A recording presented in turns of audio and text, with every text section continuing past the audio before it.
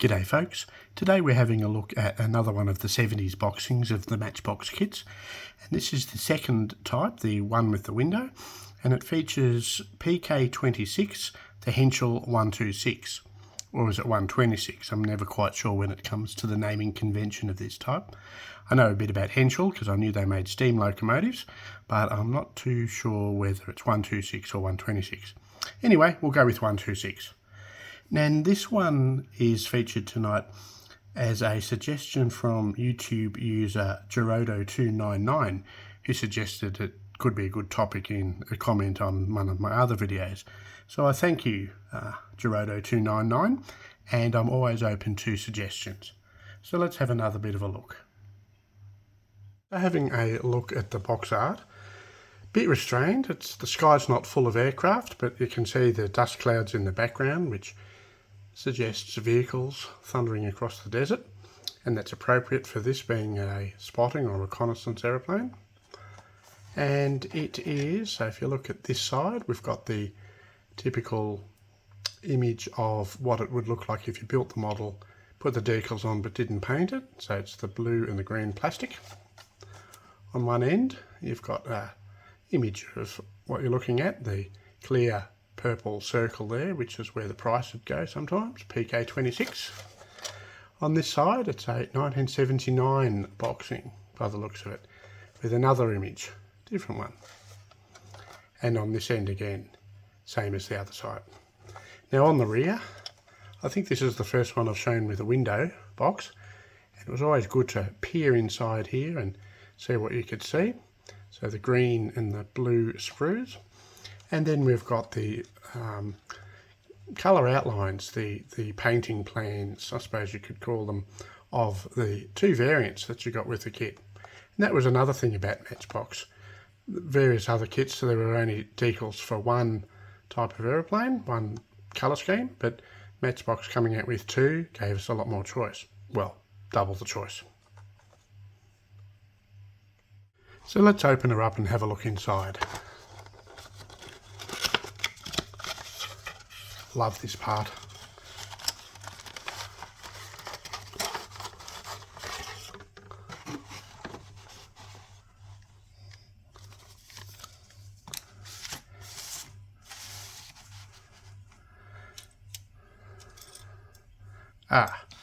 I may have lost a bit.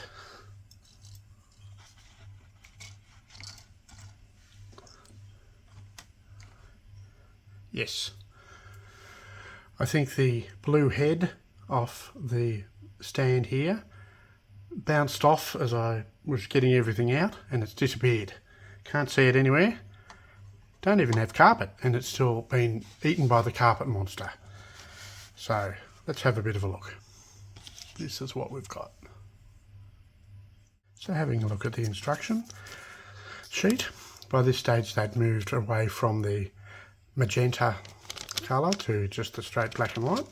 On the front, the representation of the box art and a bit of prototypical information, PK26 with specifications.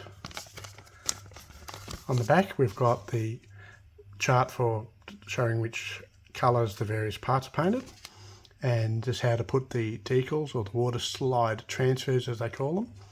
And here we go, 1979. By that stage it says position decals marked A, B or C here when included on the decal sheet, and that's the ones that were banned at some point. So it suggests that some decal sheets had them and some didn't. This decal sheet does. Now on this side we have the list of paints, and down here we have the information about the prototype in different languages, and a bit of how to do the multi-position display stand, which is all fine and good when a part of the stand hasn't bounced off into the distance somewhere. Then looking inside, okay, it's this way, but it's the typical Matchbox 8-step instructions. Here's some things about how to do it. So step 1, we have put both crew figures on seats. Old mate in the back doesn't get much of a seat, but anyway. And the control column there, one of the few Matchbox kits I've seen that had a control column. Then put the crew station inside the fuse and glue the two fuselage halves together, and it's got the points out where to cut the fuselage inner if you want to put it on the stand. Step 3, we've got the cowling, we've got the engine, we've got the rear cowling ring, the propeller, the spinner, and the backing thing that helps it spin. Number 4, you put all the completed engine part, plus the forward fuselage decking and the struts, canopy and machine gun, put them all together and on. Step 5, the tail planes and the supporting struts. Step 6, the undercarriage legs with spats and wheels. Step 7, put the two wing sections together and then glue them, put them on and put the radio mast. And from memory, the way that these two wing sections went together was quite strong. Then 8, you put the undercarriage and the wing underside struts on, and on this side there's a crew ladder. So that is the instruction sheet. Canopy. Yeah, it's not bad. One thing I found about these was they were easy to paint when I had a steady hand many years ago.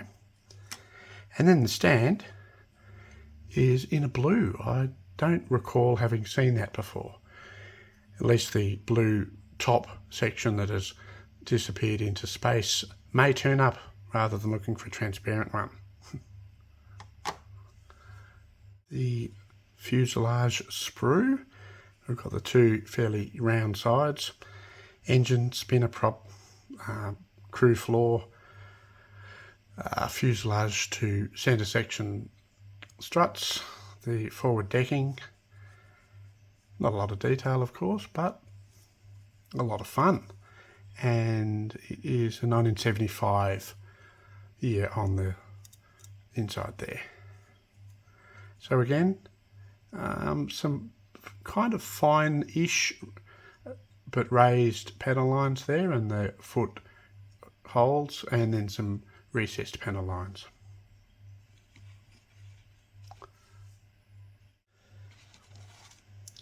The other one, the green one, we have the wings, a lot of struts, two crewmen, a seat, wheels, tail planes, a couple of the little steps or masts, and so yeah, that's the other section. The decals, the two lots of markings for the two different aircraft, and the Henschel 126 label there for the stand, and of course we've got these in the corner there.